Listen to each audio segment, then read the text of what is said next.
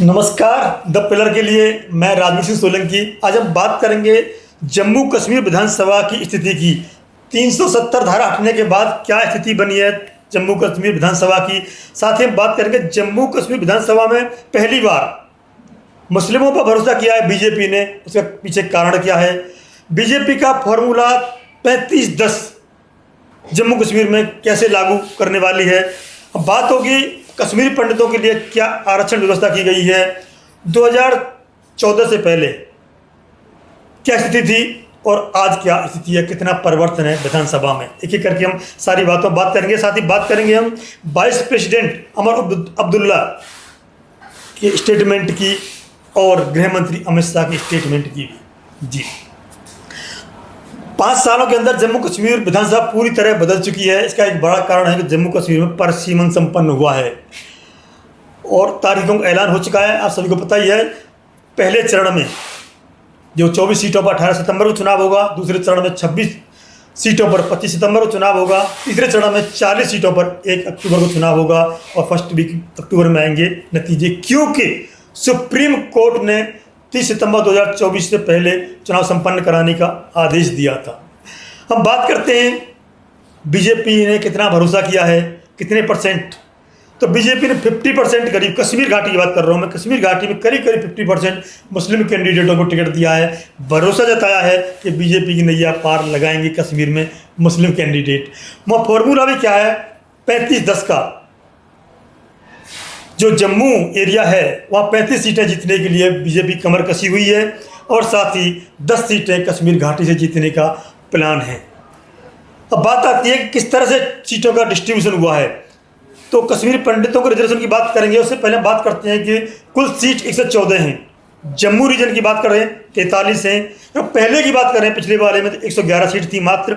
जम्मू में इस समय 43, उस समय 37, 6 सीटों का जम्मू रीजन में बढ़ोतरी हुई है। कश्मीर रीजन की बात करते हैं 47, पिछली बार बात करें 46, 1 सीट बढ़ी है। पीओके पाकिस्तान ऑक्यूपाइड कश्मीर में 24 सीटें, लेकिन वहाँ चुनाव नहीं होगा, ये पहले से चली आ रही हैं, वो रिजर्व हैं और पीओके के लिए 24 सीटें, वहाँ चुनाव संपन्न नहीं होने वाला है। साथ ही साथ इस बार 3 सीटें नॉमिनेट करेंगे उपराज्यपाल, इसकी भी कंडीशन है, हम बात करेंगे। तो चुनाव जो होगा 90 सीटों पर होगा, लेकिन विधायक होंगे 93, यानी 3 विधायकों को नॉमिनेशन किया जाएगा। उसका भी एक आधार है, एक खाका खींचाएगा किस तरह से कौन उम्मीदवार हो सकते हैं, उसमें एक महिला भी हो सकती है। तो ये विधानसभा के, नई विधानसभा पुरानी विधानसभा का एक कंपेयर था, अंतर था।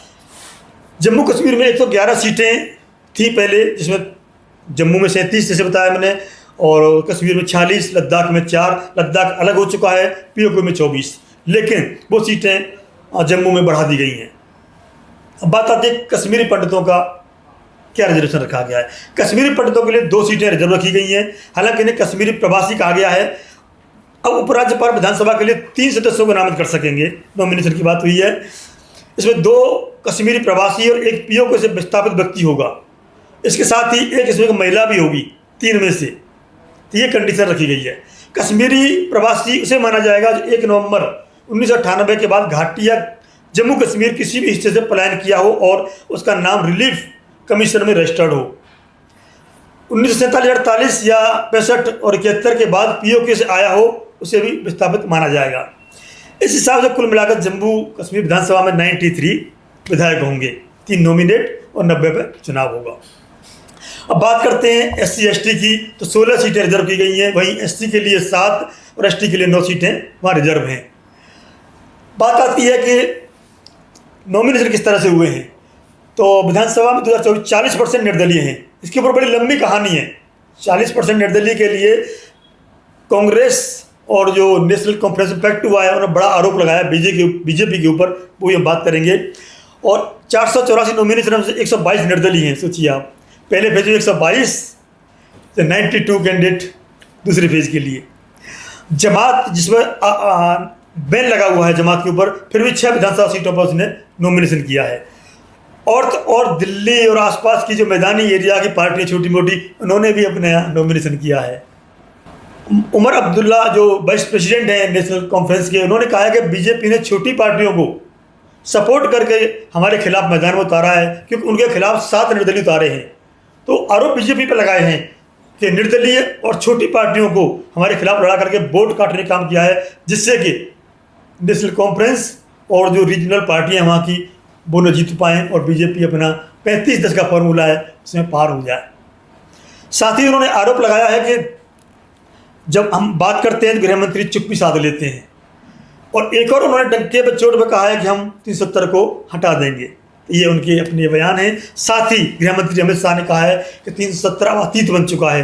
गृह मंत्री अमित शाह ने बताया कि 370 अब अतीत बन चुका है, 370 वापस कभी नहीं आ सकती जम्मू कश्मीर में। तो दोनों के अंदर ये घोषणा पत्र में स्पष्ट कहा गया है। दूसरी तरफ कहते हैं कि 370 हटाएंगे, एक तरफ कहते हैं 370 लाएंगे। तो एनडीए इंडिया गठबंधन में ये मुख्य घोषणा पत्र की बातें हैं। बात करें 2014 का थोड़ा अतीत जानेंगे, उससे पहले की बात जानेंगे 10 साल पहले क्या स्थिति रही थी। आपको पता होगी जम्मू कश्मीर में 2014 में आखिरी विधानसभा चुनाव हुआ था, तब ये स्थिति नहीं थी। लद्दाख साथ में था और यहाँ पे 87 सीटों पर चुनाव हुआ था। 2014 में विधानसभा संपन्न, कश्मीर में आखिरी बार 2014 में चुनाव संपन्न हुए थे, जब स्थिति अलग थी। लद्दाख भी शामिल था और परिसीमन भी नहीं हुआ था। उस समय 87 सीटों पर चुनाव हुआ था, उसमें से PDP 28, BJP 25, national conference 15, Congress 12। और उस समय बीजेपी और पीडीपी ने मिलकर के वहाँ पर मुफ्ती मोहम्मद सईद को मुख्यमंत्री बनाया था। बाद में उनकी मृत्यु हो जाने के बाद उनकी बेटी को वहाँ मुख्यमंत्री बनाया गया था, लेकिन कुछ समय बाद ही अनबन हो जाने के बाद बीजेपी ने समर्थन वापस ले लिया, सरकार गिर गई और वहाँ पर राष्ट्रपति शासन लागू कर दिया गया। उसके 10 साल बाद और चुनाव संपन्न होने जा रहे हैं। स्थिति ये है, वहाँ पर कश्मीर पंडितों के लिए 2 सीट रिजर्व रखी गई हैं, 3 नॉमिनेट विधायक होंगे, 90 सीटों पर चुनाव होगा। और एनडीए और इंडिया गठबंधन के बयानबाजी जोर शोरों पर है और बीजेपी ने मुसलमानों पर भरोसा जताया है। देखना है कि अक्टूबर के फर्स्ट वीक में चुनाव परिणाम क्या आते हैं, किसके पक्ष में आते हैं। और ख़ास तौर पर बता दूं, यहाँ पे बीजेपी ने 35-10 फॉर्मूले के साथ में युवाओं को लुभाने के लिए और विकास पे वोट मांगा है। कितनी कारगर होती है, बने रहिए द पिलर के साथ। जय हिंद, जय भारत।